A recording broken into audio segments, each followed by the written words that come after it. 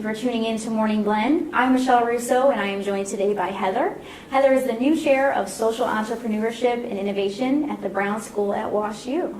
Thank you very much, Michelle. It's great to be here. Yeah, thank you for coming out today. We're happy to hear you and find out everything. You're new to St. Louis, so you've been here for 2 months. Yes. And you are the inaugural chair? Yes, the inaugural chair, the inaugural Michael B. Kaufman Professor of Practice for Social Entrepreneurship and Innovation. All right. And I'm here from Berlin, so it's been wow. wonderful just to explore the city, meet so many great people with entrepreneurial ideas about how to make social agencies better, how to do housing better, how to do kind of basically everything better. Okay, yeah. So now, are you working? Well, great. Are you working specifically with students, or is it? Do you work with, open your doors to more than that?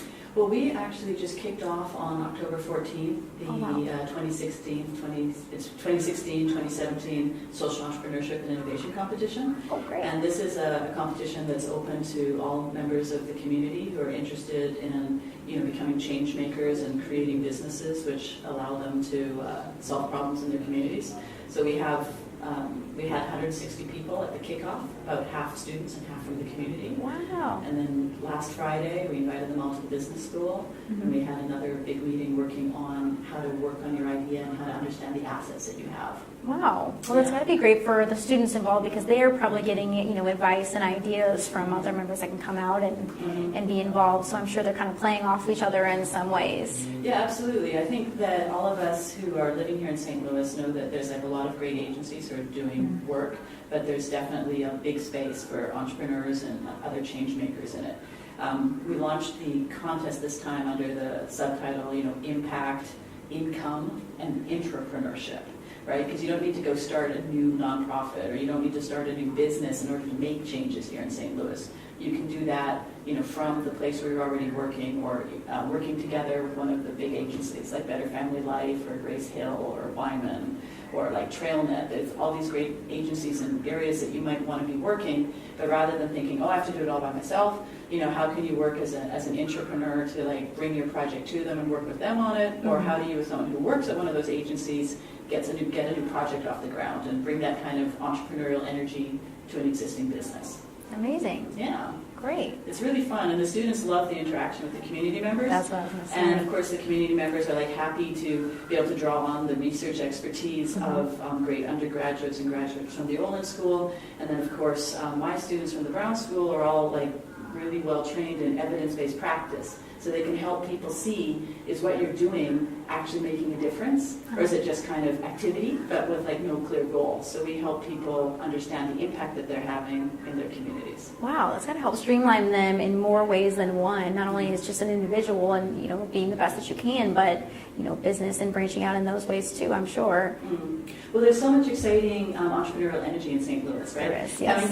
Coming from Berlin, you think, okay, Berlin has got awesome tech entrepreneurs and everything. And I came here, and to be honest, I was a little bit, okay, show me, right? Show me. Well, you're in the right state. Yeah, you're in the right state for that. But I was impressed. I was down at Cortex, I was down at Venture Cafe, got invited to some great things that the different agencies are doing. Olin's got a whole bunch of new things. Of course, at Scandalaris is sort of the center of everything on campus. Right.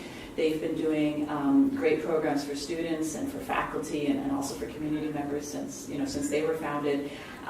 But to actually see the people who perhaps are okay, maybe I'm a small business person, or maybe I'm a social activist, right?